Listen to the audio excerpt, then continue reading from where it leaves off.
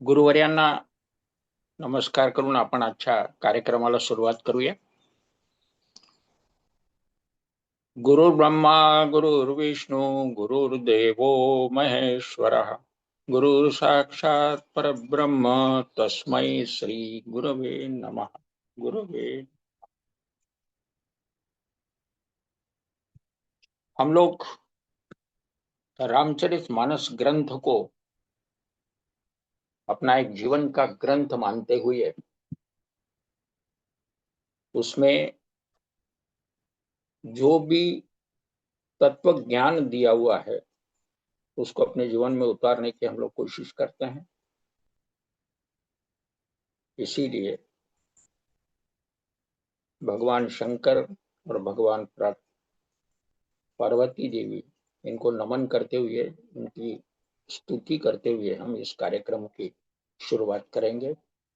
भवानी शंकरो वंदे श्रद्धा विश्वास रूपिणौ याभ्याम विना न पश्यन्ति सिद्धा स्वांतः स्थमीश्वर.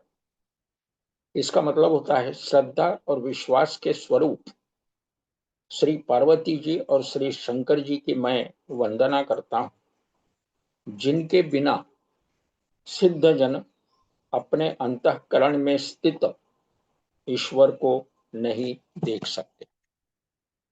किसी कार्य की शुरुआत करने पूर्व हम ईश्वर को या सर्वशक्तिमान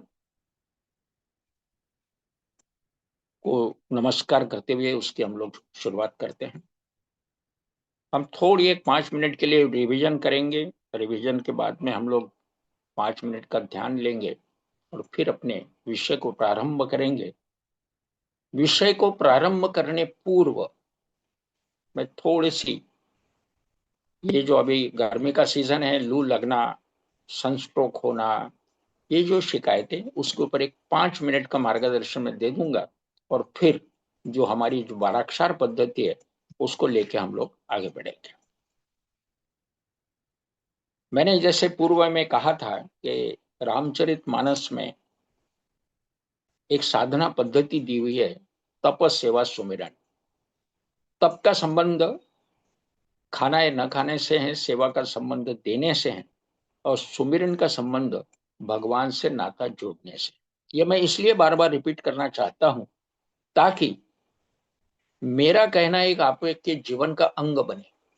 ये मेरा उद्देश्य है, क्योंकि इसी उद्देश्य के साथ मैं 1980 से जी रहा हूं और मैं देखा हूं कि इससे स्थायी लाभ है, जीवन की समस्याओं का समाधान है और जीवन में निश्चित राम राज्य आ सकता है. यह मेरा मानना है, रामचरितमानस का दावा है. और इसलिए जिनकी उम्र 25 से ऊपर हो चुकी है उन्होंने कम से कम 12 बजे तक कुछ न खाएं. जैसे घर में झाड़ू लगाया जाता है वैसे शरीर के अंदर से सफाई होना आवश्यक है. 12 बजे के बाद कच्चा जो कुदरत ने दिया हुआ है और रात में मेहनत के बाद एक समय का भोजन, यह रोजमर्रा की जिंदगी बने. अब कुछ लोग ये कह सकते हैं कि भाई गर्मी का मौसम है, पेट में कुछ डालना ही चाहिए. मेरा ये मानना है कि पेट में पानी का प्रमाण अगर सबसे ज्यादा हो, जैसे नींबू शरबत है, कैरी का पना है, ये चीजें अगर हम लेके अपने, या गन्ने का जूस है, ये लेके दिन भर हम अपनी मेहनत कर सकते हैं. सेवा मैंने कहा था कि आय से दशांश, खाने से चतुर्थांश और 1 घंटा निःशुल्क सेवा, ये दूसरा सूत्र बताया था. और सुमिरन के बारे में मैंने बोला था कि दिन में 3 बार कम से कम 20-20 मिनट का ध्यान होना चाहिए. ईश्वर से कायम संपर्क बना रहे. जैसा हमारा मोबाइल चार्जर से बीच बीच में आवश्यकता के अनुसार जुड़ता है और चार्ज होता है, वैसे हमारे जीवन में भी हमारा संबंध, हमारा नाता ईश्वर से कायम जुड़ा रहे. छूटना या जुड़ना, ये दोनों प्रक्रिया जीवन का एक अंग है और इसीलिए इसको न भूलते हुए हम लोग इसका इस्तेमाल करें. और मैंने उसके बाद मैंने क्षार के बारे में शुरू करने के पहले मैंने आपको कहा था कि कोलन में 12 क्षार जो है वो एब्जॉर्ब होते हैं, क्योंकि कोलन में गंदगी होती है, इसलिए एब्सॉर्प्शन प्रॉपर नहीं होता और इसलिए सप्ताह में 1 बार या 2 बार का एनिमा आवश्यक है. तत्पश्चात अंदर से सफाई हो, इसलिए मैंने एक और सुझाव दिया था, कि सप्ताह में 1 दिन का, महीने में 3 दिन के और 6 महीने में 9 दिन के उपवास का प्रावधान है। अगर इस पद्धति को हम लोग अपनाते हैं, मैं मानता हूं कि शरीर के हर अंग सुचारू रूप से काम करेंगे, एनर्जी लेवल कभी भी कम नहीं होगी और शरीर तंदुरुस्त बना रहेगा। अभी मैं थोड़ा आगे बढ़ने के पूर्व, जैसे हर बार हम लोग ध्यान लेते हैं, तो एक 5 मिनट का हम लोग ध्यान लेंगे। ध्यान की मैंने जब अध्ययन किया ध्यान के प्रति, तो 1900 करीबन मान के चलिए 1985-86 के दरमियान मैंने देखा था कि 150 की ध्यान की विधियां मैंने एक किताब में पढ़ी थी कि कुल ध्यान की जो अलग अलग पद्धतियां हैं उसमें 185 ध्यान की पद्धति उन्होंने दी थी। हालांकि उन सभी पद्धतियों का अध्ययन संभव नहीं था। मैंने कुछ पद्धतियों को अपनाने की कोशिश की, मगर उसमें अपनाते समय मुझे केवल 2 पद्धतियां अच्छी लगी और 2 में से मैंने केवल एक पद्धति अपनाई। एक पद्धति है मेडिटेशन थ्रू कंसंट्रेशन, कंसंट्रेशन करके मेडिटेशन करना है, और दूसरी पद्धति है meditation through relaxation. So relaxation पद्धति सर्वोत्तम पद्धति है। फिजिकली, मेंटली व्यक्ति टोटली रिलैक्स होता है। अगर नींद की आवश्यकता पूरी ना हो और आप केवल 20 मिनट का ध्यान करें, तो मेरा यह मानना है कि 3 घंटे की नींद आपकी हो गई, यह आप मान के चलिए। क्योंकि ध्यान में ईश्वर से संपर्क बनता है। ब्रेन इन्वर्टर की बैटरी जैसे चार्ज होती है वैसे चार्ज होता है। शरीर पूर्णतः मेंटल और फिजिकल लेवल पे चार्ज होने के कारण एनर्जेटिक बनता है। तो हम लोग केवल 5 मिनट का ध्यान में एक प्रैक्टिकल करके करता हूं। मेरा उद्देश्य में ध्यान में आप रुचि ले, रोजाना आप ध्यान करें, ये आदत आपको बनी रहे, इसलिए कम से कम मेरे लेक्चर में 5 मिनट का ध्यान मैं लेने की कोशिश करता हूं। सर्वप्रथम हमको चश्मा उतारना है, आंखें बंद करनी है। आंखें बंद करने के बाद कई चीजें आपको ध्यान आएगी। कोई अधूरे काम याद आएंगे, कुछ भगवान का पिक्चर हमारे सामने दिखेगा, कल का दिन याद आ सकता है कि मैंने क्या काम किया क्या काम नहीं किया, ये भी हो सकता है। मगर हमें केवल और केवल इतना ध्यान रखना है कि जो भी विचार आएंगे, जैसा हम लोग पिक्चर देखते हैं, पिक्चर के माफिक उन विचारों को, उन घटनाओं को देखते रहें। पिक्चर आगे बढ़ता रहेगा, आगे बढ़ता रहेगा। धीरे धीरे धीरे पिक्चर आना कम हो जाएगा। इसको कई महीने, कई साल लगते हैं, आसान नहीं। लोग जो तपस्या करते थे जंगल में जाके, वो इसीलिए इतनी आसान बात नहीं है। और इसलिए धीरे धीरे उन पिक्चर को देखते रहे। मन तो शांत होना असंभव सी बात है, मगर फिर भी जिन लोगों ने गुरु किए हैं, जिन्होंने कान मंत्र दिया है, उसका भी आप उच्चारण कर सकते हैं। भगवान राम, भगवान कृष्ण या किसी भी देवता का आप नाम भी ले सकते हैं। धीरे धीरे पिक्चर आना कम होगा, विचार आना कम होगा, और भगवान का नाम लेते हुए मन शांत अवस्था में आपका ध्यान लग जाएगा। राम।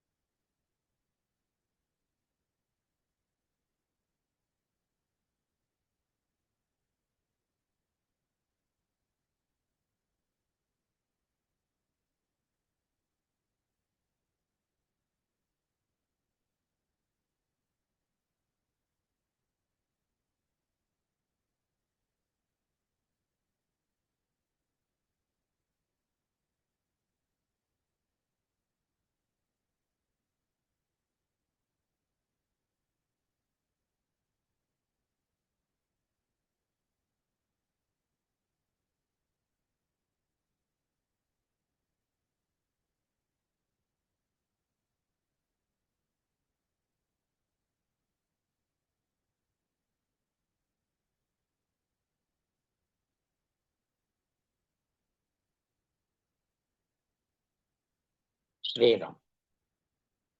दोनों हाथों का घर्षण करें, आंखों पे, चेहरे पे हाथों को घुमाएं और धीरे धीरे आंखें खोलें।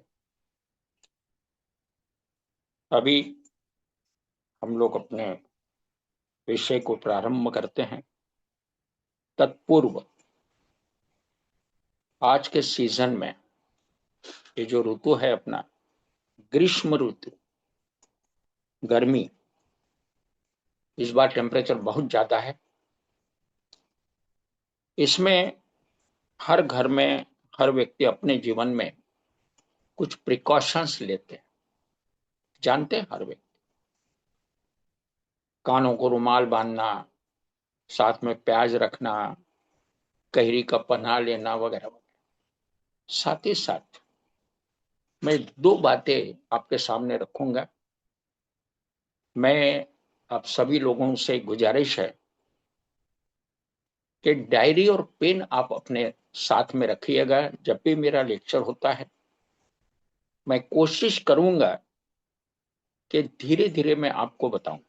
कई बार होता है मुझ में, क्योंकि विचार आते रहते हैं, तो कई बार ऐसा होता है कि मैं इस विषय को समाप्त करने हेतु मैं स्पीडीली बोलता हूं। मगर अभी क्योंकि यह विषय सीखना और आत्मसात करना, इससे संबंध रखता है, और इसीलिए मैं थोड़ा, आज हमको अपना क्लास 7:30 तक लेना है, फिर आधे घंटे का हम सवाल जवाब करेंगे।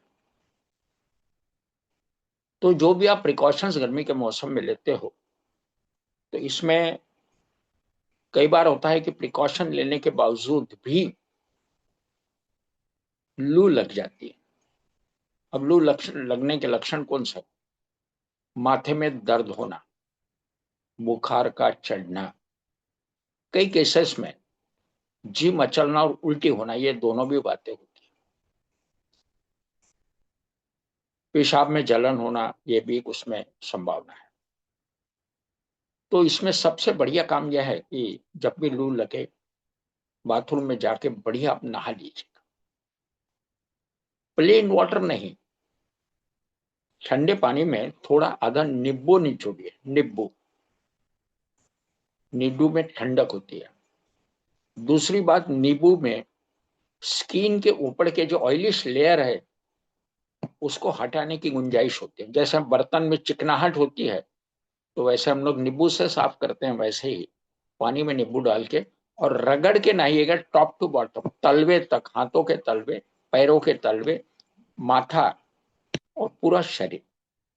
मैंने गए टाइम आपको बोला था कि सूखी हुई जो तुरई होती है वो ब्रश का काम करती है। पानी में डालो, स्पॉन्जी हो जाएगी और उसको रगड़िए पड़े। इससे यह होगा कि चमड़ी के पोर्स ओपन होंगे, उससे शरीर के अंदर की गर्मी बाहर निकल जाएगी। यहां तक कि माथे का दर्द कम होगा, आंखों में अगर जलन हो रही तो वो भी कम हो जाएगी। इससे आपको काफी राहत मिलेगी। ये अपने रोजाना नहाते समय अगर आप नींबू डाल के सुबह भी नहा लिए तो कोई दिक्कत नहीं, मगर लू लगने के बाद कॉशियसली इसको आपको अपनाना। दूसरी बात, कई बार ऐसा होता है कि लू लगने के बाद में जैसे दर्द होना, ये तो लाजमी है, साथ ही साथ पेशाब में जलन होना ये भी है।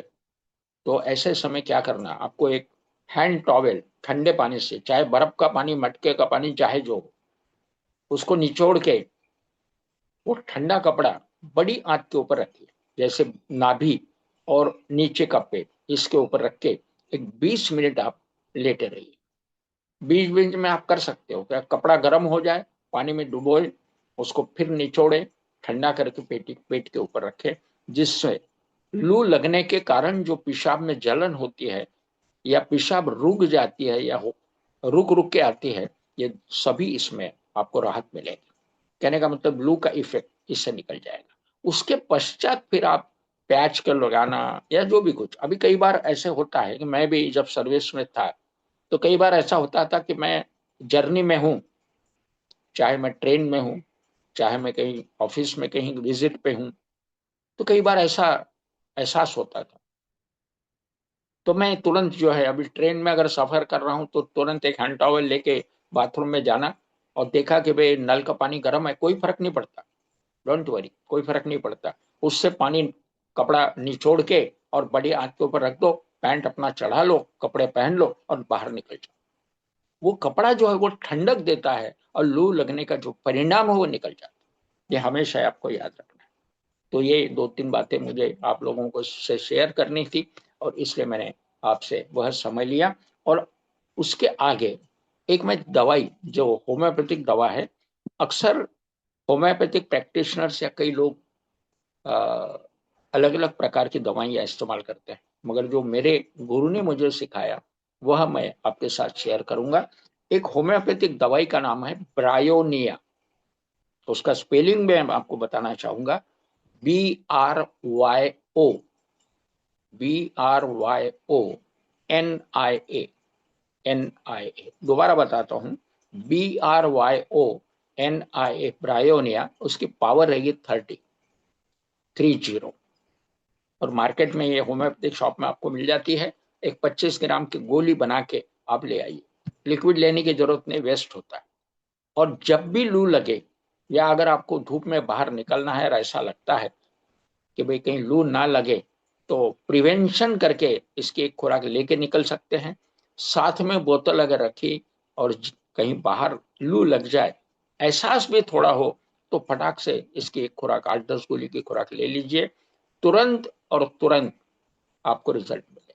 अब कल की बात है, मेरे यहाँ थोड़ा धूप में, मुझे हालांकि धूप कम हो गई थी और बाहर कुछ मैं धूप में काम कर रहा था, और मुझे तुरंत माथे में, एक कान में ऐसा तुरंत दर्द होना शुरू हो गया। मैं समझ गया कि मुझे लू लगी। मैं तुरंत घर में आया, ये ब्रायोनिया जो है इसकी केवल एक खुराक ली। हालांकि उसका असर बड़ा तगड़ा था, उसको भी मुझे राहत मिलने में 10 मिनट लगे, मगर ये पक्का कि 10 मिनट के बाद मैं जैसे पूर्ववत था वैसे हो गए। तो ये मैं एक अपना अनुभव आपके साथ शेयर किया है। और बाकी फिर आप प्याज को रगड़ना, कैरी का पन्हा लेना, और उसमें भी पहली उबाल के भी पन्हा बनाया जा सकता है और कच्चे कैरी का भी बनाया जा सकता है। तो मेरा एक मानना है कि कच्चे कैरी का पन्हा ये ज्यादा इफेक्टिव है, क्योंकि उसमें जिंदापन है। उसमें कुछ करना नहीं है, आपको कैरी के छिलके निकाल लेना है, उसका कीस बनाना है। एक कैरी का कीस बना के मिक्सी में आप डाल दो, उसमें 2 गिलास पानी, 2-2.5 गिलास, उसका बढ़िया शरबत बन जाता है। मिक्सी चला लो, उसको छान लो, उसके अंदर थोड़ा सा एडिक्वेट नमक और थोड़ी शक्कर, चाहे तो आप बर्फ भी डाल सकते हो, ये डाल के 1 गिलास अगर आपने कैरी का पना लिया कच्चा, तो मैं मानता हूं 1-1.5 घंटा तो भूख भी नहीं लगेगी, पेट में ठंडक लगे रहेगी, और सनस्ट्रोक का जो भी इफेक्ट है वो भी निकल जाए। ये लाजवाब। उसके अंदर मैं मानता हूं कि ये जैसे आपने धनिया आप डाल सकते हैं, पुदीना डाल सकते, पुदीना का लाजवाब इलाज है। पुदीना बहुत ठंडक देता है। सो पुदीना, कड़ी पत्ता और धनिया, ये 3 चीजें आप डालिएगा। तो फिर महिलाएं तो एक्सपर्ट होती हैं, उसमें बढ़िया स्वाद भी ला सकती हैं। तो बाकी जो जैसा आप स्वाद में आपको पसंद है उसको आप इस्तेमाल कर सकते हैं। ठीक है, अभी हम लोग आगे बढ़ेंगे। अभी बाराक्षार की शुरुआत करते समय हम लोगों ने अभी तक 3 प्रकार के सॉल्ट देखे, और सॉल्ट के बारे में बात करने की आवश्यकता इसलिए भी पड़ी क्योंकि मैंने आपको एक कोलन का चित्र मेरे यहाँ का बताया था, और यह कहा था कि ये 12 क्षार शरीर के अंदर एब्जॉर्ब होते हैं खाने के माध्यम से। कई बार यह होता है कि खाने में कुछ ना कुछ डिफिशियंसी रहती है, कुछ कमी रहती है, कुछ खाने में आना चाहिए वो नहीं आता है, और जो नहीं आना चाहिए वो अक्सर आता है, आजकल हम लोग देखते हैं। तो उससे ये होता है कि खाने में जो भी आवश्यक तत्व लेना लाजमी है, जरूरी है, वो हमें नहीं मिल पाता, और इसलिए सॉल्ट की कमी हो जाती है।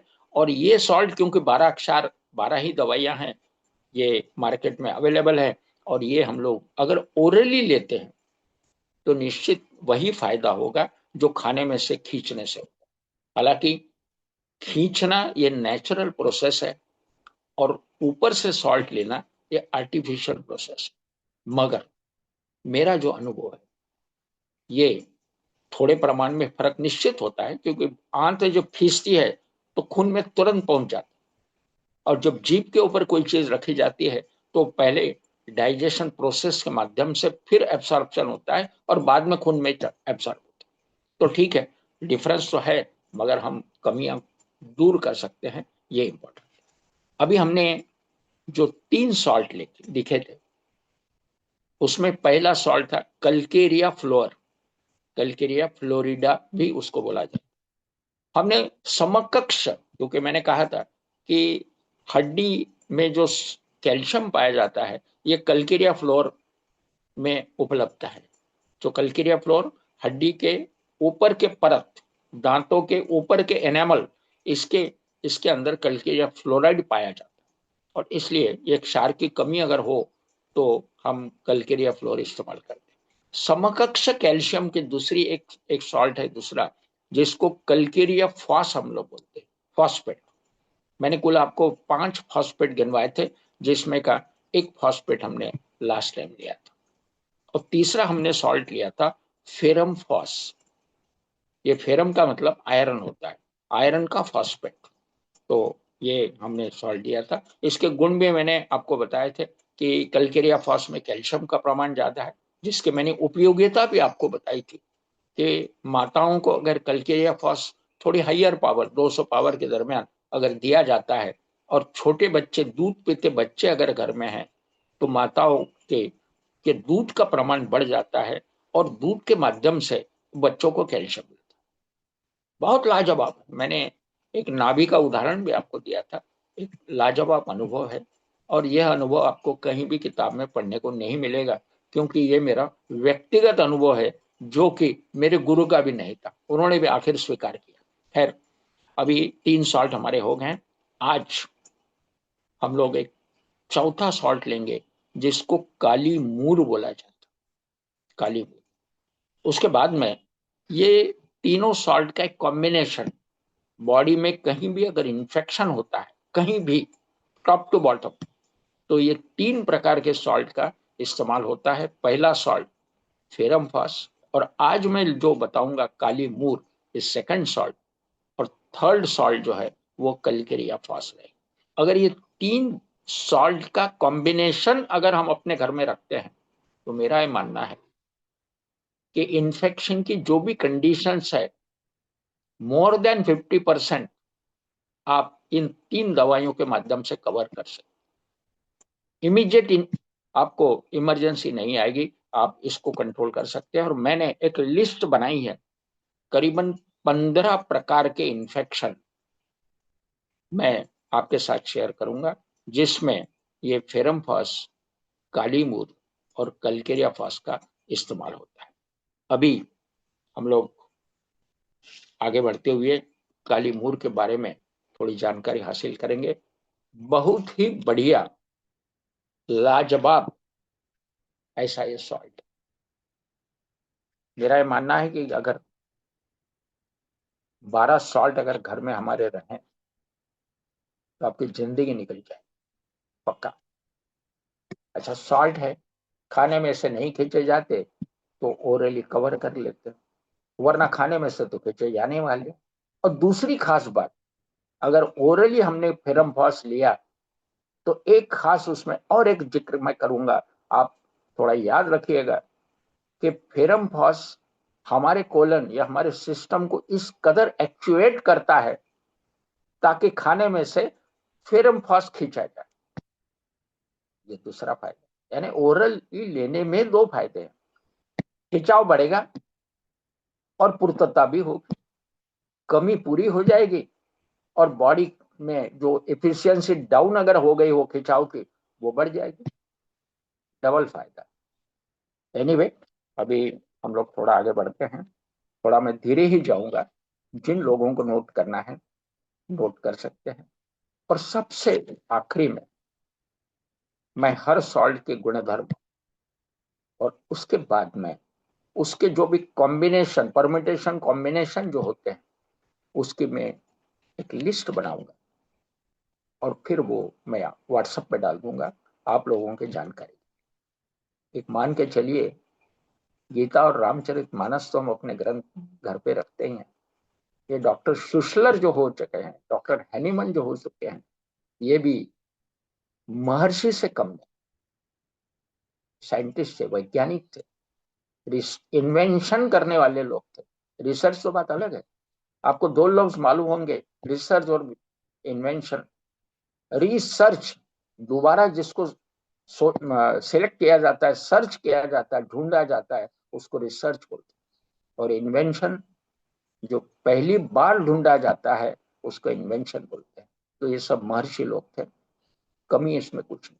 तो ये इनको हालांकि नमन करते हुए हम इसको कालीमूर की शुरुआत करें।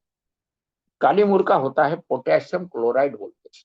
पोटेशियम क्लोराइड, क्लोराइड के जो मैंने बताए थे कि क्लोराइड में जितने क्लोराइड मैंने आपको बताया उसमें का एक क्लोराइड। अभी पोटेशियम क्लोराइड के जो फिजियो फिजियोलॉजिकल जो डाटा है, उसमें उन्होंने उसके बारे में गुणधर्म थोड़े बताए हैं। ये सॉल्ट जो है ब्रेन के सेल्स में पाया जाता है, उसके बाद में मसल्स में पाया जाता है। और ये भी कहा जाता है कि ये जो सॉल्ट है, ये सेकेंडरी इन्फेक्शन जिसको बोलते हैं। अब इन्फेक्शन कैसे होते हैं, इन्फेक्शन के बारे में थोड़ी, क्योंकि ये सॉल्ट में वही खास सब्जेक्ट है, इसलिए मैं थोड़ा जिक्र कर दूंगा। What is infection? अभी इन्फेक्शन की अगर व्याख्या करें तो हर डॉक्टर, हर एक्सपर्ट अलग अलग प्रकार की व्याख्या करेगा, मगर मोटी मोटी बातें हमको याद रखनी है। जो आंखों से दिखता है वो क्या है? इन्फेक्शन में क्या होता है? लाली होती है, रेडनेस, उसमें सूजन होती है, सेकंड। और थर्ड जो स्टेज है, वो अगर जहां सूजन है वो अगर पक जाए तो उसमें से पस या खून निकलना, ये थर्ड स्टेज। फर्स्ट स्टेज में रेडनेस, लाली। अभी उसका मैं एक उदाहरण आपको दूंगा। होता क्या है कि हम लोग जो चप्पल पहने, जूता पहने, हम लोग बाहर जाते हैं, गार्डन में चप्पल के साथ या बिना चप्पल के हम लोग घूमते हैं। कई बार क्या होता है कि नाखून में, जैसे अंगूठा है, अंगूठे के नाखून में कई बार कोने में अच्छी मट्टी चले जाती। मैंने भी अनुभव किया है और मैं कई लोगों का ये अनुभव किया। कुछ लोग तो परवाह करते हैं, या नाखून काटेंगे साफ कर देंगे, कुछ लोग परवाह भी नहीं करते, वो मट्टी वैसे ही रहती है। फिर मट्टी क्या करती है, वहां एक रेडनेस पैदा करती है। रेडनेस के बाद में क्या होता है कि धीरे धीरे उसमें सूजन और ठनक, पेन्स आना शुरू हो जाता है। अगर हम उसके ऊपर कुछ दवाइयों का इलाज करें तो संभव है लाली भी निकल जाएगी, दर्द भी चला जाएगा, सूजन भी चलेगी, मान लिया, कोई दिक्कत नहीं।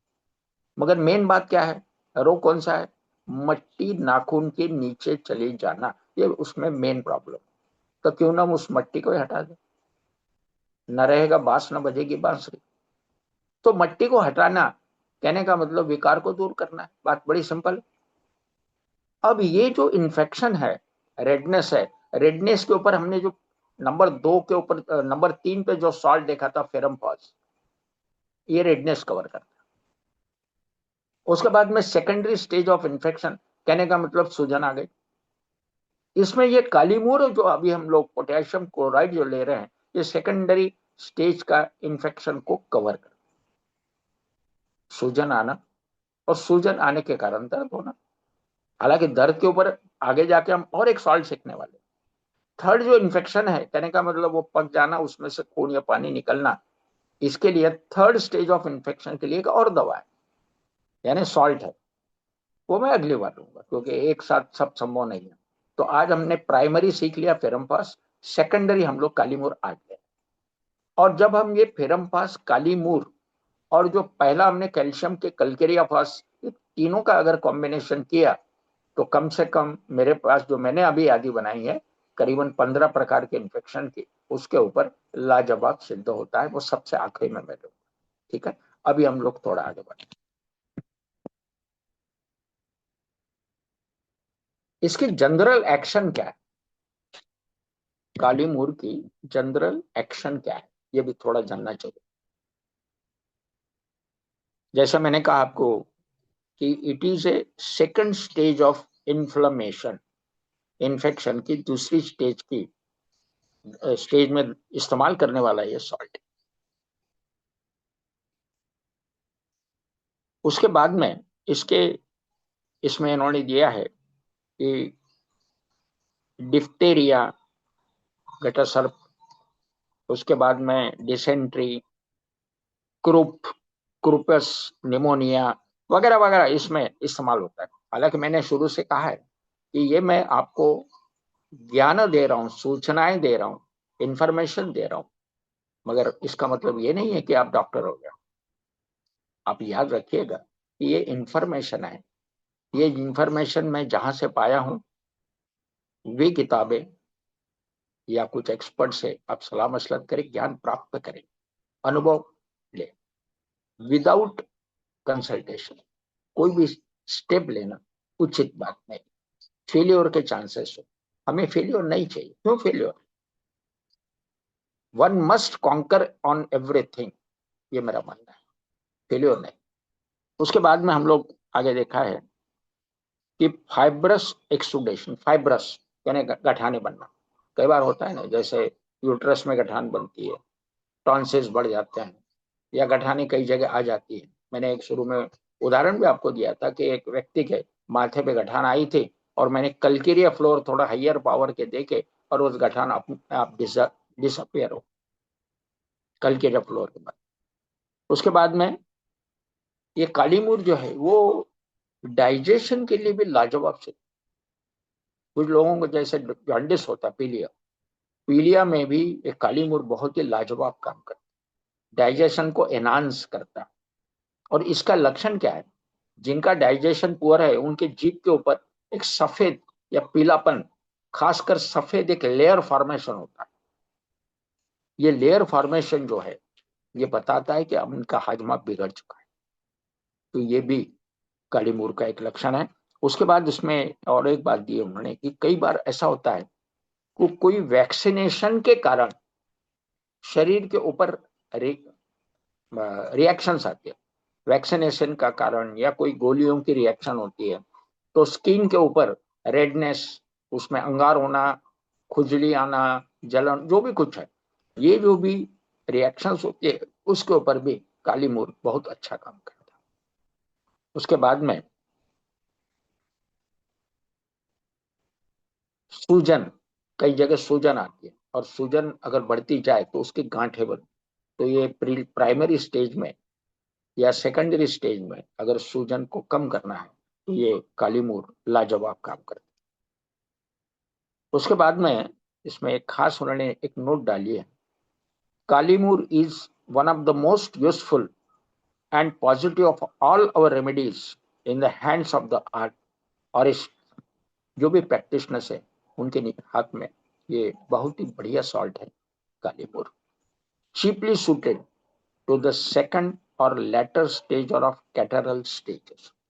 कई बार क्या होता है कि जैसे निमोनिया होता है, कैटरल जिसको हमने गले में लाली होना या कफ का बढ़ना, खराश होना वगैरह, जो भी कहने का मतलब गले से संबंधित, या जैसे टॉन्सिल्स है, टॉन्सिल्स को भी हम लोग काली मूर के माध्यम से, कई मैंने बच्चों के टॉन्सिल्स बिठाए, उसका रेडनेस, उसका सूजन, लाली, जो भी कुछ है, तो मैंने कई लोगों को इसमें राहत दी है टॉन्सिल्स के ऊपर। उसके बाद फिर हम लोग अभी इसके जो मेन कैरेक्टरिस्टिक्स है, मेन उसके जो लक्षण है उसके ऊपर अभी हम लोग कवर करेंगे। इसमें खासकर हेड और स्काल्प, हेड और स्काल्प पे ने उसने दिया हुआ है कि कहीं वॉमिटिंग सेंसेशन होता है, हेडेक होता है, उसके ऊपर भी इसका इस्तेमाल होता है, सेकंड स्टेज ऑफ रेमेडीज। और खासकर इसमें एक खास पॉइंट दिया है, आजकल डैंड्रफ की का परिणाम बहुत है, डैंड्रफ।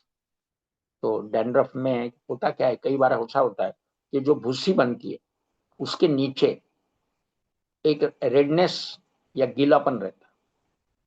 तो ये काली मूर के कारण वो गीलापन कम होता है और जो जख्म हो गई हो तो वो भी दुरुस्त हो जाती है। तो उसके कारण डैंड्रफ भी का बनना या डैंड्रफ का रुकना ये कम हो जाता है। उसके बाद आंखें, आंखों में जैसे इन्फेक्शन होता है, कंजक्टिवाइटिस हम लोग बोलते हैं। सो कंजक्टिवाइटिस में क्या होता है, मराठी में जो चिपड़ बोलते हैं, कहने का मतलब पस टाइप, आंखें बहती है, पानी के साथ गाढ़ापन भी रहता है और आंखों में जलन भी होती है। तो ये जो सेकंड स्टेज ऑफ इन्फेक्शन हम लोग अक्सर मानते हैं, जहाँ बहाव है, ये सेकंड स्टेज हो गई। कई बार इसको थर्ड में भी कन्वर्ट कर सकते हैं, ऐसी बात नहीं, मगर एक समझने के लिए। तो ये आंखों के डिस्चार्ज के ऊपर भी कालीमुर लाजवाब है। अभी मैंने ऐसे कुछ लोग ऐसे देखे हैं कि आंखों में पानी आता है। पानी आने के कई कारण, जैसे बच्चे लोग मोबाइल पास से देखते हैं, टीवी को पास से देखते हैं। कहने का मतलब इसके जो इफेक्ट्स होते हैं, तो कई बार होता है कि आंखों में पानी आता है। हमेशा याद रखिए, आंखों में पानी आता है का मतलब गलत कुछ हो रहा है ऐसा नहीं है। हमेशा याद रखिएगा कि अभी जैसे उदाहरण के लिए कि गर्म पानी हाथ के ऊपर गिर गया और फफोला आ गया। गर्म पानी हाथ पे गिरा और फफोला आ गया। फफोला क्यों आया भाई? फफोला इसलिए है कि गर्म पानी गिरने के कारण उस वो एरिया में हीट बढ़ गई, गर्मी बढ़ गई, और गर्मी से शरीर को प्रोटेक्ट करना है, इसलिए शारीरिक व्यवस्था है कि वहां पे पानी का फ्लो बढ़ा दिया जाए। तो शरीर क्या करता है कि बाकी जगहों का पानी इकट्ठा करके वहां पे भेज देता है, ताकि गर्मी से इंसान को राहत मिले, और पानी वहां इकट्ठा हो जाता है, उसका फफोला बनता है। हम लोग इसको गलत मानते हैं, फफोला गलत नहीं है। और इसीलिए आप याद रखिएगा कि एक समय था, कोई व्यक्ति अगर जला तो उस पर पानी नहीं छिड़का जाता था, एक समय था। फिर बाद में एक्सपर्ट लोगों ने सलाह मसलत की, और सलाह मसलत के बाद उन्होंने उसका निष्कर्ष निकाला कि नहीं, जो व्यक्ति जला है उसके ऊपर पानी डालो, भले ही फफोला बने कोई दिक्कत नहीं। फफोला बनना ये नेचुरल प्रोसेस, बाहर से ठंडक है, अंदर से गर्मी के ऊपर रिलीफ मिलने के लिए पानी का इकट्ठा होना है। ये बातें बहुत जरूरी, ठीक है, तो इसमें कोई गलत बात। अभी हम लोग थोड़ा सा आगे बढ़ेंगे। ट्रैकोमा, ट्रैकोमा का जो भी आंखों की शिकायत है, उसके ऊपर भी ये कालीमूर काम करता है। उसके बाद में कान, ईयर्स।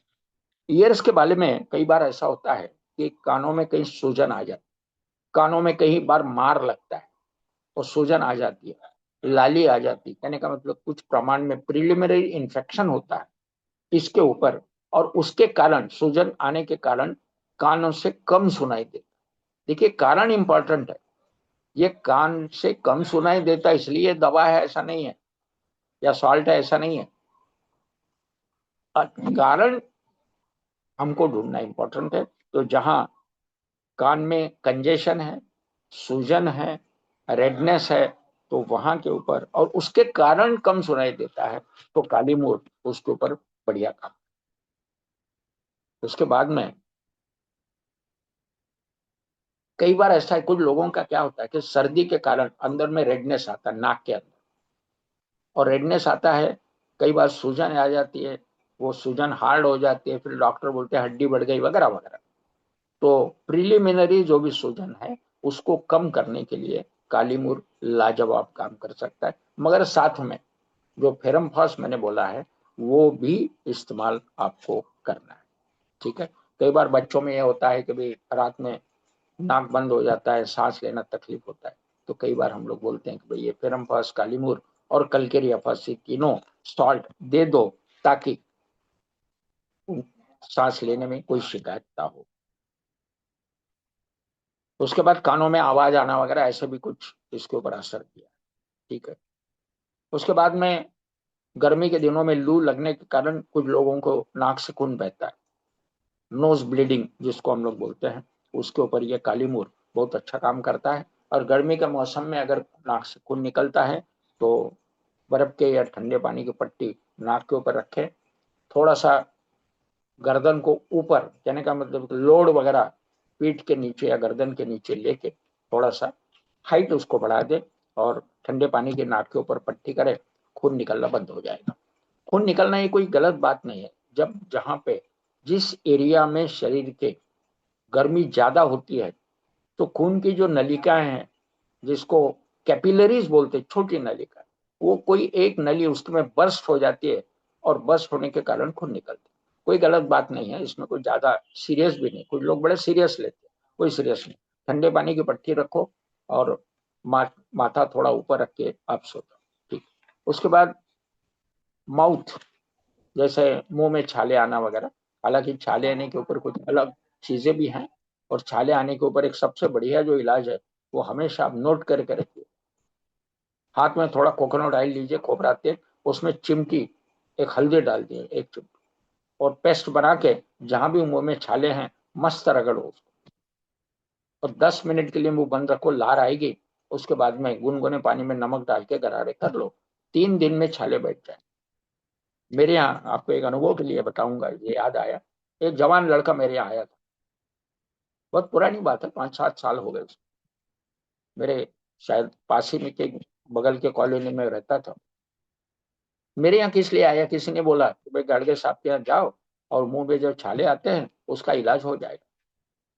उसके मुंह में एक पर्टिकुलर छाला था जो बढ़ता जा रहा है, जिसको पेट में अगर हो जाए तो हम लोग अक्सर अल्सर बोलते हैं। जब मुंह में हो जाए तो उसको ब्लिस्टर बोला जाता है, क्योंकि अल्सर बड़ा है और ब्लिस्टर छोटा रहता है। तब उसके मुंह में अल्सर ही हुआ, ऐसा भी बोल सकते। तो मैंने कहा कितना समय हुआ, तो बोले साहब 2 साल हो गए, 2 साल से अल्सर बैठा नहीं। तो मैंने कहा डॉक्टर का क्या ओपिनियन है, कुछ बायोप्सी वगैरह कराई क्या? नहीं नहीं, बोले वो बायोप्सी के तो बोल रहे थे, हमने मना कर दिया। तो मैंने कहा फिर क्या बताया डॉक्टर? डॉक्टर ने ये कहा, बोले कि देखो अभी 2 साल हो गए, अल्सर तो बैठ नहीं रहा, तो अपने को प्लास्टिक सर्जरी करनी पड़ेगी। बेचारा डर गया, जवान लड़का, और किसी ने सलाह दी। तो आया, घर पे आया, मुझे बताया। मैंने कहा बेटा, पेट से तुम पेट में सो, तुम्हें दवाई दूंगा, उसमें कोई शक नहीं है, मगर एक बिल्कुल घरेलू नुस्खा है, बस उसका इस्तेमाल करो। आपको आश्चर्य होगा, 8 दिन में वो अल्सर 90% बैठ गया, केवल हल्दी और कोकोनट ऑयल। 2 साल का अल्सर। वैसे मेरे यहाँ एक ऐसे भी, हालांकि मैं आगे उदाहरण दूंगा, आज नहीं दूंगा, समय जाएगा हमारा। तो कहने का मतलब यह है कि हल्दी और कोकोनट ऑयल इसलिए इस्तेमाल करना है क्योंकि हल्दी में जो जलन होती है वो कोकोनट ऑयल से कम हो जाए। ये मेरा व्यक्तिगत नुस्खा है, और मैं ऐसे नुस्खे करता रहता हूँ। मेरा एक स्वभाव है कि जो भी गुणधर्म मैं पढ़ता हूँ, तो ये गुणधर्म का आधार क्या क्या है, कहाँ का इन गुणधर्म का इस्तेमाल हो सकता है, इस पे सोचता हूँ, चिंतन करता हूँ, ध्यान करता हूँ, और मैं इसका इस्तेमाल करता हूँ। बहुत ही बढ़िया लाजवाब इलाज। खैर, आगे अपन देखते हैं। दांत, गम बॉइल। अभी जैसे दांत, ये जो गम्स होते हैं हमारे, ये गम्स के ऊपर सूजन आती है, रेडनेस आता है। कई बार ये होता है कि गम से खून भी निकलता है। तो टीवी पे बताते हैं हमेशा। तो इसमें आपको घरेलू इलाज तो यही है, गुनगुने पानी में नमक और हल्दी डालो और गरारे करो, ये एक इलाज हो गया। उसके बाद में जहाँ सूजन है गम्स में, उसको भी हमने, जैसा पहला सॉल्ट हमने बताया कलकेरिया फ्लोर, उसका भी इस्तेमाल करना है, आखिरी में तो मैं बताऊंगा ही। और इसमें काली मूरा पेट में से ले सकते हो, चरमफास, काली मूरा, और तीसरा कलकेरिया। ठीक है, तो ग्रुप में आखिर में लेने वाला। उसके बाद में थ्रोट, टॉन्सिल बढ़ना, उसमें रेडनेस आना, दर्द होना, अंगार होना, निगलने में तकलीफ होना वगैरह जो भी बातें हैं, उसमें फर्स्ट स्टेज का जो है वो फेरमफास है, फर्स्ट स्टेज ऑफ इन्फेक्शन। और सेकंड स्टेज में फिर काली मुराद। और जहाँ पे गम्स, मम्स है, एक किताब में भी इसमें लिखा हुआ है, जिसको मम्स बोलते, मम्स का मतलब मराठी में गाल फूगे बोलते, गाल फूल जाना। हालांकि ये चीजें आजकल दिखती नहीं है, मगर मैंने अनुभव किया, कॉलेज लाइफ में मुझे मम्स हो गए थे, वो सीवियर टेम्परेचर आया था, और मैं होश गंवा बैठा था, चक्कर आ गए थे मुझे और बेहोश हो गया था। तो ये गम्स का जो, मम्स का जो अनुभव है, तो हालांकि उस समय एक क्षेत्र में मैं नहीं था, तो डॉक्टर को बुलाया गया, उन्होंने कुछ एंटीबायोटिक्स वगैरह दिए, बुखार भी कम हो गया और मम्स में भी कमी आ गई। तो इस प्रकार से मम्स के ऊपर भी इसका इस्तेमाल होता है। और मैंने शुरू से ही बोला कि सेकंड स्टेज ऑफ इन्फेक्शन, इसके ऊपर काली मूर खास काम करता है। टॉन्सिल्स के ऊपर भी इसका लाजवाब इलाज है। दादा तुम्हाला काही बोलायचं आहे का?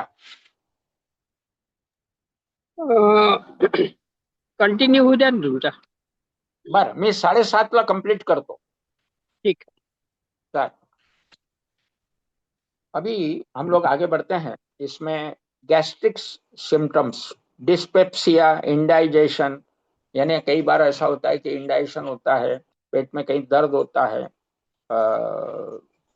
तो ये जो चीजें हैं, और आजकल देखो, आजकल फैटी लीवर की बड़ी फैशन हो गई.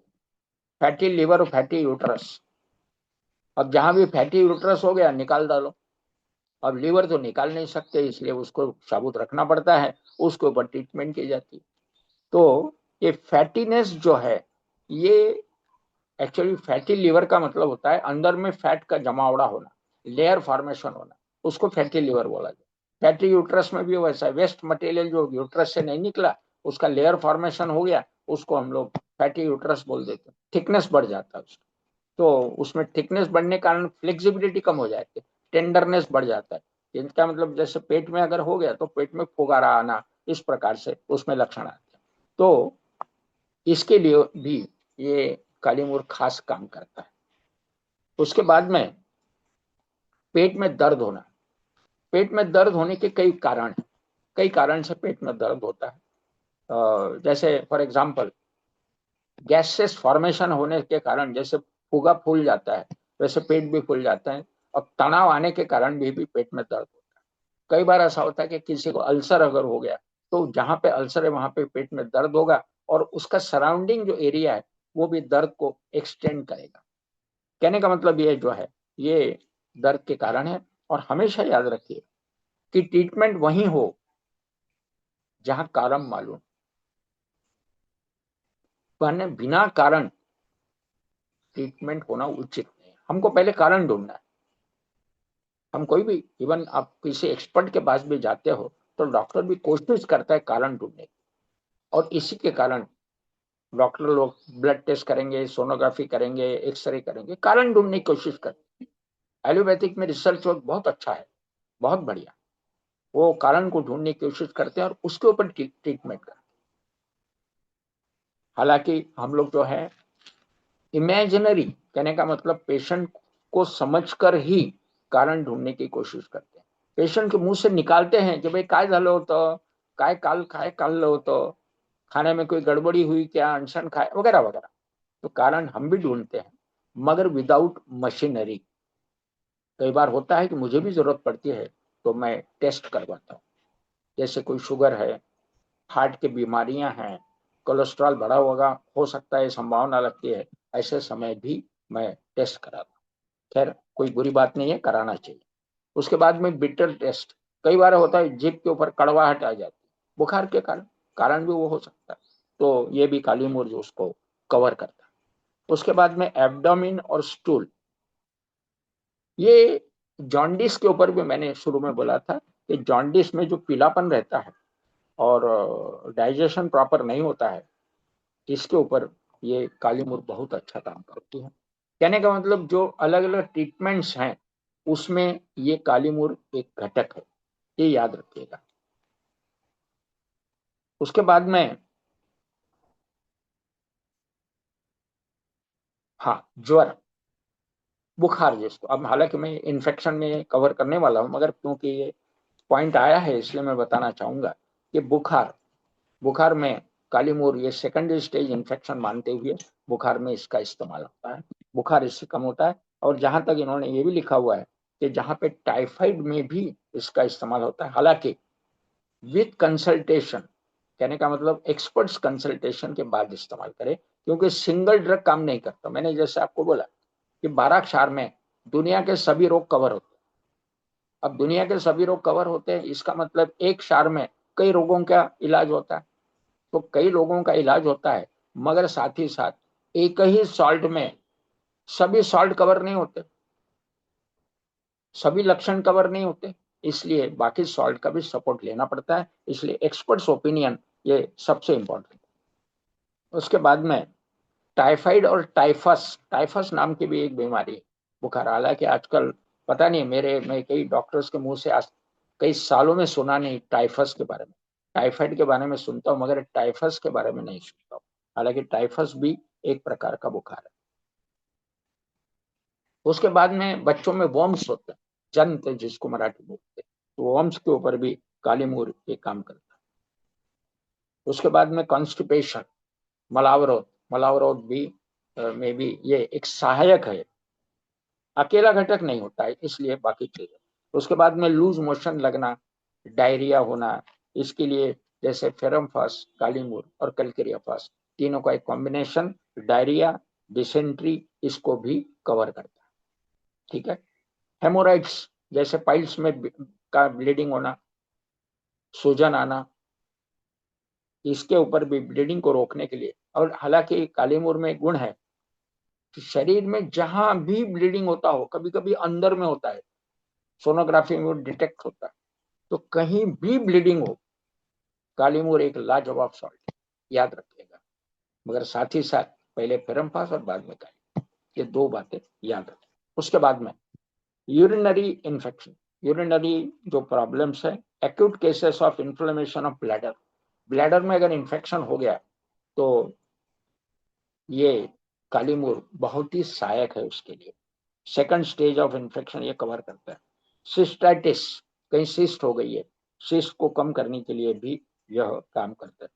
उसके बाद में डिपॉजिट ऑफ यूरिक एसिड, कहीं में जैसे जोड़ों के दर्द में डिपॉजिट ऑफ यूरिक एसिड के कारण जोड़ों के दर्द होते हैं, तो यूरिक एसिड उसके लिए खास कारण है, और इसीलिए उसको इस्तेमाल। पहले जमाने में सिफिलिस और गनोरिया, यानी कि मतलब वेजिनल प्रॉब्लम या पुरुषों के संबंध में भी ये प्रॉब्लम थे, वो गनोरिया और सिफिलिस। अब ये हालांकि आजकल देखने को नहीं मिलता है, मगर फिर भी अगर इस प्रकार के भी कोई पेशेंट हो तो आप कालीमूर इस्तेमाल कर सकते हो। पहले फेरमपास, बाद में कालीमूर, बाद में कलकरियापास। मेरे पास में एक जवान लड़का आया था, बहुत पुरानी बात है, तो मैंने उसको सिफिलिस से मुक्त कराया था। उसके बाद में फिर उसने शादी ब्याह की, आज वो दो बच्चों का बाप है। कहने का मतलब यह है कि ऐसे भी जो इनक्यूरेबल कई बार प्रॉब्लम्स होते हैं, जो भी एक्सपर्ट दवा देते हैं वो तो लेना ही है। साथ ही साथ अगर हम 12 का भी इस्तेमाल करते हैं तो मेरा मानना है कि दूध में शक्कर, ऐसा आपको रिजल्ट मिलेगा। अभी मेंस्ट्रुएशन प्रॉब्लम, कई बार महिलाओं को या जवान लड़कियों को भी मेंस्ट्रुएशन लंबा खींचता रहता है, रुकता ही नहीं है। तो मैंने देखा है कि काली मूर बहुत अच्छा काम करता है। काली मूर में जैसे हम लोग 6x पावर के बारे में मैंने बोला, 3x 6x, तो 6x भी काली मूर हमने इस्तेमाल किया दिन में 3 बार 4 बार, तो भी जो मेंस्ट्रुअल फ्लो ज्यादा होता है उसको हम लोग रुकावट डाल सकते। कई महिलाएं मेरे यहाँ आती है जिनको फ्लो बहुत ज्यादा होता है, तो काली मूर लाजवाब है। आपको ज्यादा सोचने की जरूरत नहीं, इसका इस्तेमाल करिएगा और आपको फायदा होगा। उसके बाद में प्रेगनेंसी में भी इसको इस्तेमाल करते हैं, ये इसमें लिखा हुआ है। हालांकि प्रेगनेंसी में तो हम आंखें बंद करके कभी कोई चीज करने नहीं देते हैं, डॉक्टर्स ओपिनियन बहुत मायना रखता है। उसके बाद में रेस्पिरेटरी सिस्टम, सांस फूलना, तो रेस्पिरेटरी सिस्टम में भी अभी एक खास बात और एक बताना चाहूँ। यॉनिंग जिसको बोलते हैं मराठी में घोरने रोग जो है, सोने में कई लोगों को जैसे सांस लंबी लेना पड़ता है। इसका कारण है कि अंदर में लाली है, रेडनेस है, पैसेज नैरो हो गया। जैसे हम लोग सीटी बजाते हैं वैसे नाक में अगर सूजन है तो सांस लेते समय एक प्रकार की सीटी बजती है। मराठी में घोरने बोलते हैं, यॉनिंग अंग्रेजी में बोला जाता है, या जो भी है। तो कहने का मतलब इसके ऊपर भी काली मूर अगर दी जाए तो स्वेलिंग कम होगा, नैरोनेस कम हो जाएगा, तो सीटी नहीं बजेगी, तो इसका भी इस्तेमाल होता है। उसके बाद में निमोनिया में भी, निमोनिया के सेकंड स्टेज में काली मूर का बहुत बढ़िया इलाज है। उसके बाद में सर्कुलेटरी ऑर्गन, सर्कुलेशन जो बॉडी के अंदर का है, मेटाबॉलिज्म जो है ब्लड सर्कुलेशन के संबंध में, इसको भी सुचारू रूप से चलाने के लिए यह काम करता है। उसके बाद में बैक एक्सट्रीमिटीज, जॉइंट्स के ऊपर, अभी जैसे आजकल आर्थराइटिस की शिकायत है, घुटने में दर्द, घुटने बदलने पड़ते हैं, सूजन आ जाती है, चलने में दिक्कत होती है। हालांकि ये इंटरनल प्रॉब्लम है, जॉइंट्स के अंदर एक तो यूरिक एसिड बढ़ी है नंबर 1, या नंबर 2 ये सूजन के कारण, यानी कहने का मतलब जो यूरिक एसिड बढ़ा है उसके कारण एक्सटर्नली एक सूजन आ जाती है ऊपर के परत के ऊपर। तो ये कालीमूर जैसे हमने देखा है कि जॉइंट्स में कल्किरिया फ्लोर लाजवाब काम करता है। उसके बाद में ये जो ऊपर से सूजन आती है उसमें आप फेरम फॉस कालीमूर डाल दीजिएगा, तो सूजन भी कम होगी, और उसके कारण जो जॉइंट्स में शिकायत बनी रहती है वो अपने आप कम हो जाएगी, ये मेरा मानना है। ये तो आर्थराइटिस हो गया घुटने का। उसके बाद में बाकी जॉइंट्स भी है, जिसमें जॉइंट्स में आपका सर्वाइकल भी आता है, कंधे के जॉइंट्स आते हैं, कमर के जॉइंट्स आते हैं, बाकी सभी शरीर के जो जॉइंट्स हैं वहां पे दर्द होना, रोमेटिज्म हम जिसको बोलते हैं, तो इसके ऊपर में भी सूज आना, दर्द होना, इसके ऊपर काली मिर्च लाजवाब काम करता है। उसके बाद में कई लोगों को हिप जॉइंट की शिकायत होती, बैठक के जो जॉइंट होते, उसके बाद में इसका इलाज एपिलेप्सी में भी होता है, फिट्स जिसको बोलते हैं, उसमें भी एक सॉल्ट माना गया। फेब्राइल सिम्टम, फेब्राइल सिम्टम का मतलब बुखार। बुखार में कई प्रकार के बुखार होते हैं, सिंपल से लेके क्रॉनिक। सिंपल फीवर 3 दिन का होता है, फ्लू होता है तो 7 दिन का होता है, मलेरिया होता है तो ऑल्टरनेट डे फीवर आता है, और टाइफाइड होता है तो पहला बुखार 14 दिन, बाद में 21 दिन और 40 दिन। ये आजकल हालांकि ये नहीं देखा जाता, 14 दिन किसके पास नहीं है, इसलिए दवाई ले ली, मोकले हो गए। उसके बाद में थोड़ा आगे बढ़ेंगे, स्किन के ऊपर भी इसका असर है। स्किन में जैसे फफोले होना, फोड़ा होना, स्वेलिंग आना, रेडनेस आना, या कोई जैसा फोड़ा हो गया पक नहीं रहा है, रेडनेस बना है, दर्द बना है, तो ऐसे इसमें भी काली मूर काम करता है। यहाँ पे ये भी लिखा है कि स्मॉल पॉक्स, पहले स्मॉल पॉक्स होते थे, ये आजकल हालांकि देखने में नहीं मिलते, तो बहुत ही कम है, तो स्मॉल पॉक्स में भी फेरम पॉक्स के साथ काली मूर का जोड़ है। उसके बाद में इसको अक्सर जो पावर हम लोग इस्तेमाल करते हैं, ये 3x या 6x, यही इस्तेमाल करें, ज्यादा इस्तेमाल करने की जरूरत नहीं है, और ये मार्केट में ऑलरेडी उपलब्ध है। अभी ये मोटी मोटी बातें मैंने आपके साथ शेयर की। अभी हम थोड़ा आगे बढ़ेंगे, जिसमें बड़ा इंपॉर्टेंट पॉइंट है। ये 3 जो दवाइयां हमने देखी, पहला फेरमफॉस देखा, कलकेरियाफॉस पहले ही देख चुके हैं, तो ये 3 सॉल्ट का ग्रुप है, आप नोट करके लेके। First stage ferrum phos, first stage of infection is ferrum phos. Second stage में गो टू काली मूर, अभी जो मैंने लिया ना, अभी काली मूर, ये सेकंड स्टेज ऑफ इन्फेक्शन के काम में आता है। और थर्ड स्टेज, हालांकि वो एक काली सल्फ करके आता है, वो तो आगे मैं आपको सिखाऊंगा, तो हमको अभी सेकंड स्टेज ऑफ इन्फेक्शन भी कवर करना है, तो इसलिए फॉर्मफास, कालीमूर, और थर्ड में कल्केरिया फास जो है, कल्केरिया फास में डाइजेशन पे अच्छा असर है, कैल्शियम उसमें मिलता है, बॉडी में ग्रोथ या डेवलपमेंट के लिए बड़ा लाजवाब है, और इसीलिए जहां भी इंफेक्शन है वहां पे फेरमपास, कालीमूर, कल्केरिया फास, ये 3 सॉल्ट का एक ग्रुप आप बना के रखिए। तीनों सॉल्ट लेके आइए घर में, 25-25 ग्राम, 6x पावर में, और तीनों, और चौथा मैंने जो स्टार्टिंग में लिया कल्केरिया फ्लोर, जहां पे गठाने हैं, सॉलिड है, सिस्ट जिसको बोलते हैं, वहां पे कल्केरिया फ्लोर के साथ में ये तीनों अगर सॉल्ट हम इस्तेमाल करते हैं तो निश्चित फायदा होता है। ठीक है, अभी मैंने कल्केरिया फ्लोर कंप्लीट किया है। अभी मैं ये तीनों सॉल्ट का इस्तेमाल वेराइटी ऑफ इन्फेक्शन में कैसे होता है, इसकी मैंने एक लिस्ट बनाई है, तो थोड़ी मोटी मोटी बातें मैं आपके साथ शेयर करना चाहूंगा।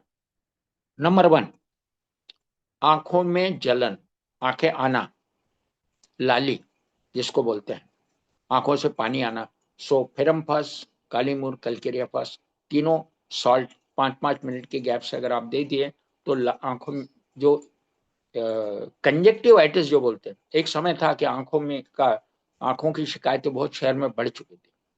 हमारे घर में नहीं आई वो शिकायत। वो इसलिए नहीं आई क्योंकि जैसे महसूस हुआ कि मुझे आंखों में जलन हो रही, तुरंत हमने फेरमपास, कालीमूर, कलकेरिया फास थोड़ी ज्यादा पावर में खटाक से ले ली, घर में सबको दे दी, इन्फेक्शन नहीं हुआ। कंजक्टिवाइटिस से हमारा घर सुरक्षित रहा। तो ये प्रिवेंटिव और पोस्ट, यानी मतलब रोग होने के बाद, दोनों अवस्था में इस्तेमाल होता है। उसके बाद में बुखार, बुखार में मैंने कहा बुखार भी एक इन्फेक्शन ही है। तो फेरमपास, कालीमूर, कलकेरिया फास सिंपल फीवर में, सिंपल फीवर 3 दिन का होता है। हालांकि कोई भी फीवर में, चाहे वो टाइफाइड क्यों ना हो, मगर जांच पड़ताल के बाद डॉक्टर की सलाह के अनुसार जो भी ट्रीटमेंट चल रही है उसको पूरा कर लो, उससे मुक्त हो जाओ। उसके बाद भी आप फेरमपास, कालीमूर, कलकेरिया फास इस्तेमाल कर सकते हो, नो प्रॉब्लम। कहने का मतलब जो भी अंदर में पड़ा हुआ है वो भी साफ हो जाएगा। उसके बाद में नाक में हड्डी का बढ़ना, सूजन आना, रेडनेस होना, उसके ऊपर कलकेरिया फ्लोर, हड्डी अगर बड़ी है तो उसको कम करेगा, सूजन कम करेगा, उसके लिए कलकेरिया फ्लोर है। और बाद में फिर फेरमपास, कालीमूर, कलकेरिया फास 3। ये बिल्कुल याद करके रखिए। हम लोग गुरु ब्रह्मा गुरु विष्णु बोलते हैं, वैसे फेरमपास, कालीमूर, कलकेरिया फास बिल्कुल याद करके घर में लाके रखो। उसके बाद में गम्स का मैंने शुरू में बोला, गम्स में रेडनेस, सूजन आना, इसके ऊपर ये चारों सॉल्ट है। टॉन्सिल्स, टॉन्सिल्स के ऊपर फेरमपास, कालीमूर, कलकेरिया फास। Urine infection same. उसके बाद में पाइल्स, पाइल्स में सूजन अगर है, ब्लीडिंग पाइल्स है, सूजन है, दर्द होता है, तो इसके ऊपर फेरमपास, कालीमूर, कलकेरिया फास, और लास्ट में कलकेरिया फ्लोर दे दो या स्टार्टिंग में दे दो। कलकेरिया फ्लोर में वो हार्डनेस कम हो जाएगा और सूजन कम हो जाएगी, रेडनेस कम हो जाएगा। उसके बाद में अपेंडिक्स, होता क्या है कि कई लोगों में अपेंडिक्स का अटैक घर में आ जाता है और पेट में दर्द होना शुरू हो जाता है। तो आपके पास कुछ भी ना रहे और ये 4 सॉल्ट अगर है तो फटाक से दे दो, उसके बाद डॉक्टर के पास ले जाना। तो कम से कम हम लोग उसको प्रिवेंटिव करके इस्तेमाल तो कर सकते हैं। तो इस प्रकार से करो। उसके बाद में प्रोस्टेट, प्रोस्टेट का बढ़ना, प्रोस्टेट भी बढ़ जाता है, एक प्रकार का इन्फेक्शन ही है वो। तो प्रोस्टेट के बढ़ने में भी ये फेरमपास, कालीमूर, कलकेरिया फास इस्तेमाल होता है। उसके बाद में अपचन, और कई अभी मेरे यहाँ केसेस आते हैं, कई बार लूज मोशन, पानी जैसे लूज मोशन होना। तो लूज मोशन के ऊपर भी एक इन्फेक्शन का भी कारण ही लूज मोशन होते हैं। इसके लिए अगर कुछ ना सूझे तो फेरमपास, कालीमूर, कलकेरिया फास दे दो, अपचन भी कवर हो जाएगा, लूज मोशन भी कवर हो जाएंगे। अब कई बार ऐसा होता है कि इंडाइजेशन होता है, जैसे डॉक्टर के पास गए तो डॉक्टर डायग्नोस करते हैं फूड पॉइजनिंग हुआ, okay what ever it is, treatment आप उनसे लो ना, कोई दिक्कत नहीं। मगर फेरमपास, कालीमूर, कलकेरिया फास को मत बोलो, गुरु मंत्र, ठीक है ना। तो इस प्रकार से ये एक लाजवाब ग्रुप आपके पास रहेगा। आपके मैक्सिमम इमरजेंसीज को ये कवर करेगा, मैक्सिमम प्रिवेंटिव करके आपके पास बना रहेगा, और आपको कुछ ज्यादा चिंता करने की जरूरत नहीं है, ठीक है ना। उसके बाद में फिर जनरल पेट में दर्द होना वगैरह होता है। अब पेट के दर्द कई प्रकार के, मैंने आपको बोला, गैसेस होना, अल्सर के कारण, ऐसे कई बातें होती है। तो उसके अंदर भी फेरमपास, कालीमूर, कलकेरिया फास इस्तेमाल कर सकते हैं। जहां पे आपको लगा कि नहीं मुझे रिजल्ट नहीं मिल रहा है तो तुरंत एक्सपर्ट की सलाह लो, कोई दिक्कत नहीं है। समकक्ष जो भी एक्सपर्ट होगा उसको फोन पे बात करो, कोई दिक्कत नहीं। आजकल है लोग बाग एक में को मदद करते हैं। आजकल काफी समाज में परिवर्तन आया है। अभी हम लोग जो क्लास है, रामकृष्ण दादा क्लास रहे, ये सामाजिक परिवर्तन है, लोगों का भला कैसा हो ये कोशिश है।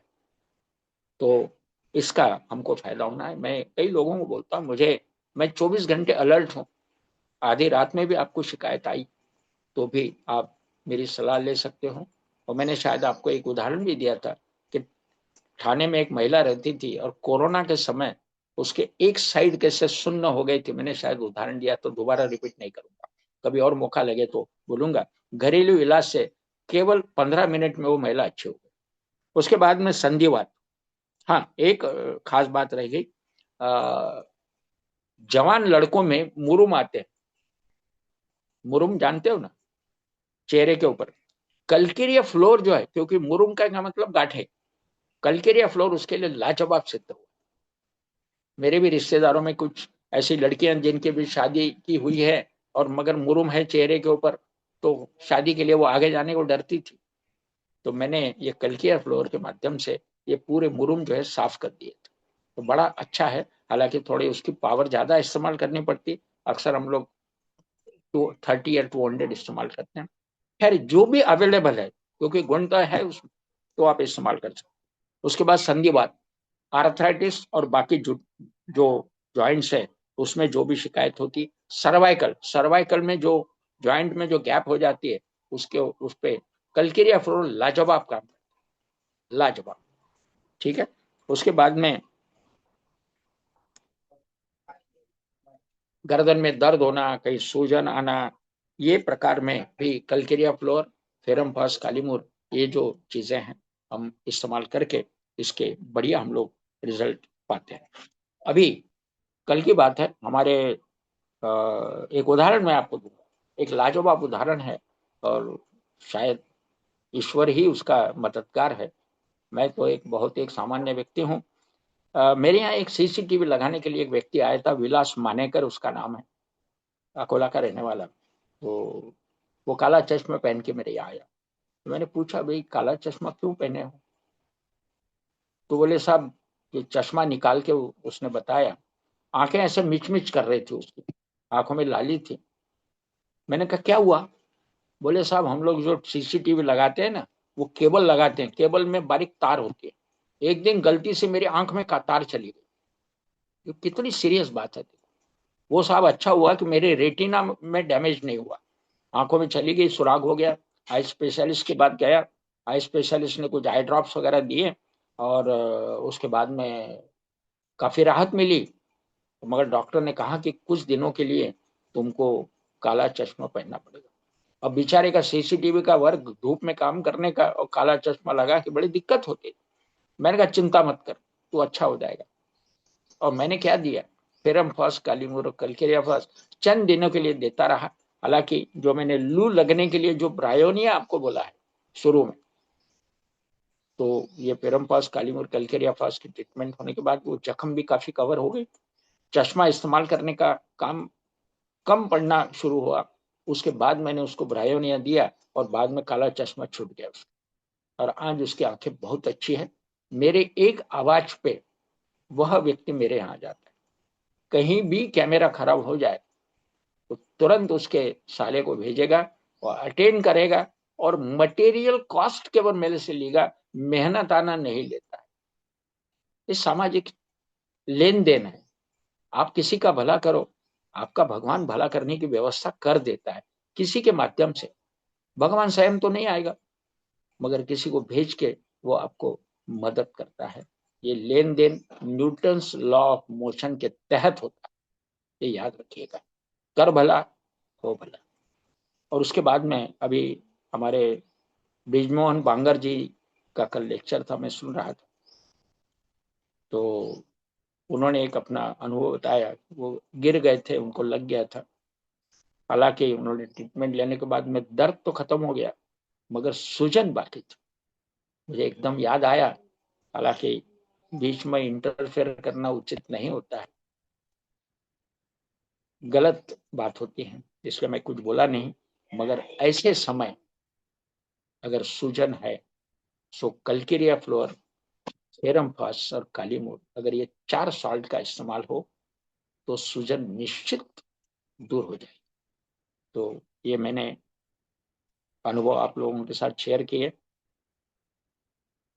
और इसके साथ ही मैं थोड़ा सा अपने लक्ष्य को विराम दूंगा, और रामकृष्ण दादा अपनी जो भी प्रतिक्रिया देना चाहे दे पाच सकते मिनिट हैं। 5 मिनिट आहे ना दादा, 5 मिनिट चालू रखिए ना. चालू राहू दो। हा 7:30 पर्यंत होता ना तुमचा वेळ. अच्छा, आप सुन, आप आप मेरा भी शोषण करना शुरू कर दिए हो। नहीं शोषण नहीं, बिल्कुल 7:30 तक के. अगर 7:35 होंगे तो फिर शोषण होगा. चलो ठीक है, ठीक है, कोई बात नहीं। अभी मैं एक वो लास्ट टाइम कोरोना का जो किस्सा बताया था, आपको याद है क्या? नहीं याद? नहीं ना, नहीं नहीं यार. चलो ठीक है, आज मैं रिपीट कर देता हूँ, मेरे दिमाग में हाँ वो आया था। नहीं नहीं, कर दीजिए। आजकल हालांकि नासिक में वो महिला है, कांचन गावंडे नाम है उनका। तो उस महिला को मैंने कभी देखा नहीं था, बम्बई में थी, ठाणे में शायद रहती थी। तो क्या हुआ कि एक दिन रात में 1:30 बजे मुझे फोन आया। रात में 1:30 बजे, 1:30 बजे मैंने सोचने लगा किसका फोन होगा। तो कांचन थी। मैंने कहा क्या हुआ तेरे को? तो बोले मेरा एक पैर और एक हाथ सुन्न हो गया। तो मैंने कहा उस करवट पे तू रात भर सोई? हाँ। बोले मैं रात भर उसी करवट पे सोई हूँ, और इसलिए मेरा एक हाथ और एक पैर सुन्न हो गया। मैंने उस महिला को कभी देखा नहीं था, टेलीफोनिक परिचय था। वो समस्या बताती तो मैं सोल्यूशन देता था, और उससे उसने मुझसे काफी ज्ञान लिया, चर्चा हमेशा करती। तो मैंने कहा एक काम कर कि पहले दूसरे हाथ के नाखून, उंगली से, अंगूठे से जो सुन्न हुआ है उस अंगूठे के ऊपर घिस। तो जहां पे सुन्नपन आता है तो इससे वो सुन्नपन निकल जाता है। ये हमारी माता जी पहले बोलती थी। तो पैर और हाथ का प्रयोग किया, कुछ असर नहीं हुआ। फिर बाद में फिर मैंने उसको बोला एक काम कर। तो 5 मिनट के बाद दोबारा फोन आया, बिल्कुल रोने लगी वो।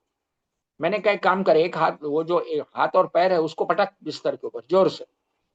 पटका, फिर 5 मिनट, फिर फोन आया, कई फर्क नहीं पड़ा। आता काय करूं? मैंने कहा आखिरी का इलाज। मैंने कैसे भी उठ बिस्तर से। तो मैंने कहा तेरा पति कहाँ है? तो बोले वो तो सोए है। मैंने कहा फिर मेरे को तकलीफ दी, पति को क्यों नहीं उठाया? नहीं, बोले उनको उठाया तो मेरे को हॉस्पिटल ले जाएंगे, मुझे हॉस्पिटल नहीं जाना। और कोरोना का डेंस पीरियड था, वो मुझे कहीं नहीं जाना, आप जो बोलोगे वही करूंगी मैं, और नहीं तो पड़ी रहूंगी। मैंने कहा बड़ी जिद है। तो फिर बाद में मैंने कहा एक काम कर, उठ बाथरूम में जा, पहले गैस गैस जला, पानी गर्म कर, बाथरूम में जा और उस बदन के ऊपर गुनगुना पानी पूरा ले ले, और उसके बाद जाके सो जा, और मुझे भी सोने दे। मैंने थोड़ा सा, कहने का मतलब, आवाज बढ़ा के बोला, हालांकि उसमें कोई उद्देश्य कुछ भी नहीं था। तो महिला ने वही किया।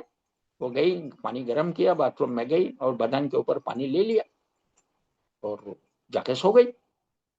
अब होता क्या है कि मेरी एक आदत है, जब मेरे सामने कोई समस्या आती है ना, मैं सो नहीं पाता हूँ। पता नहीं क्यों। चाहे घर की व्यक्ति हो, बाहर की व्यक्ति हो, परिचित हो ना परिचित हो, मुझे केवल मालूम पड़े मैं थोड़ा बेचैन हो जाता हूँ। सामाजिक प्राणी हूँ, लेन देन के व्यवहार जानता हूँ, कर भला हो भला ये भी जानता हूँ। तो फिर मैं सोचने लगा क्या बात है, फोन क्यों नहीं आया कांचन का? फिर मैंने सोचा कि अगर मैं फोन करूं और उसे कहीं नींद लग गई हो तो वो डिस्टर्ब हो जाएगी, बेहतर है फोन नहीं करूंगा, देखा जाए क्या है। आधा घंटा मुझे भी नींद नहीं लगी।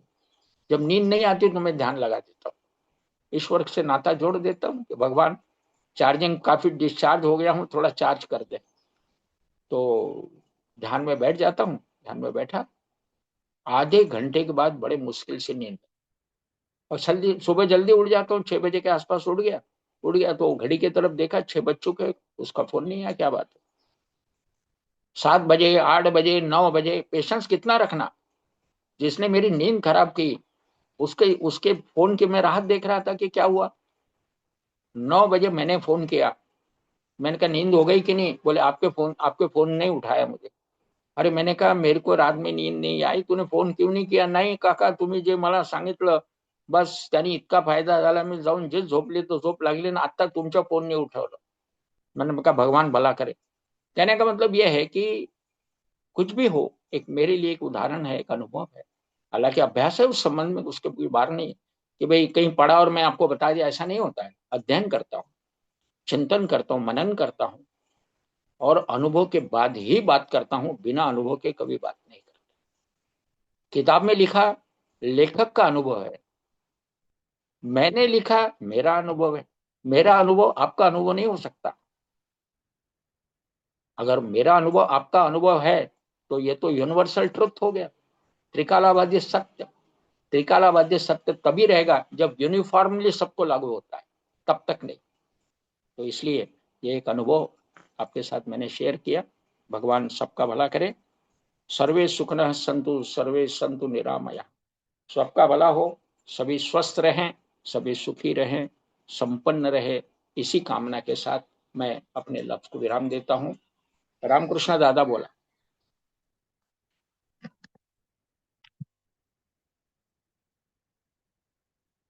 दादा कुठे गेले?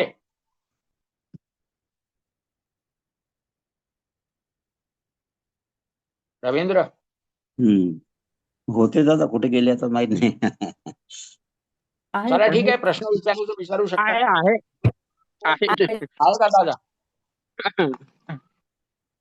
दादा सॉरी, जरा आज विषय लांबला, पर्याय नव्हता. नाही आहे. आणि यानंतर दादा पुढच्याही लेक्चरला सॉल्ट मध्ये 1.5 तास लागणारच आहे, कारण हा विषय मोठा आहे. आणि काय होतं की सध्याचे म्हणजे जो करंट सॉल्ट आहे तो घेताना मागच्या सॉल्टचं कॉम्बिनेशन घ्यावं लागतं आणि त्या